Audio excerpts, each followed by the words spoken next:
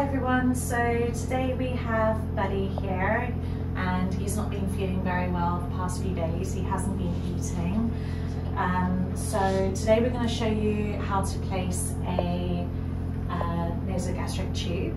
So first we have been trying to syringe feed Buddy and he hasn't been tolerating it, he's been spitting the food out. So the next step is to place the nasosophageal tube so that we can feed him and get him back onto the road of recovery.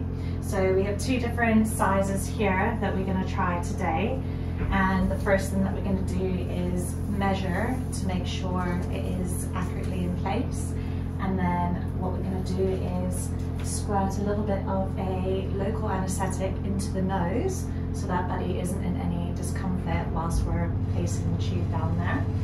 And then after, we're going to take an x-ray to make sure it's in place, and then we'll suture it to make sure it doesn't move.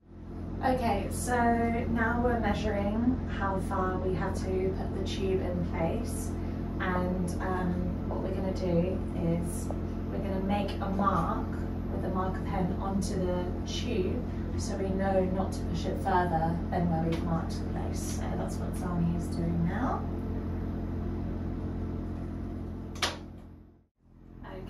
And this is the lidocaine, which is going to help numb the area so it's more comfortable. It's okay, darling. Okay. So now we're going to place the tube. All right, darling. I know, I'm sorry. It's okay. Nice and quick. Okay, and so we're going to stop at the point where Zani made the mark so we know it's at the right place. Okay, so we have taken the x-ray for Buddy to make sure it's in place, and as you can see, this Y line, the thin one running through, that is the tube and it is placed correctly. So we're now going to do a negative pressure test to double check as well. Okay, so as you can see, we've got Buddy here. He's got his cone on to make sure he can't take out the tube, and we have secured the tube, just stitched it to the side of the face here, and we've placed a little piece of tape here and super glued it to the nose.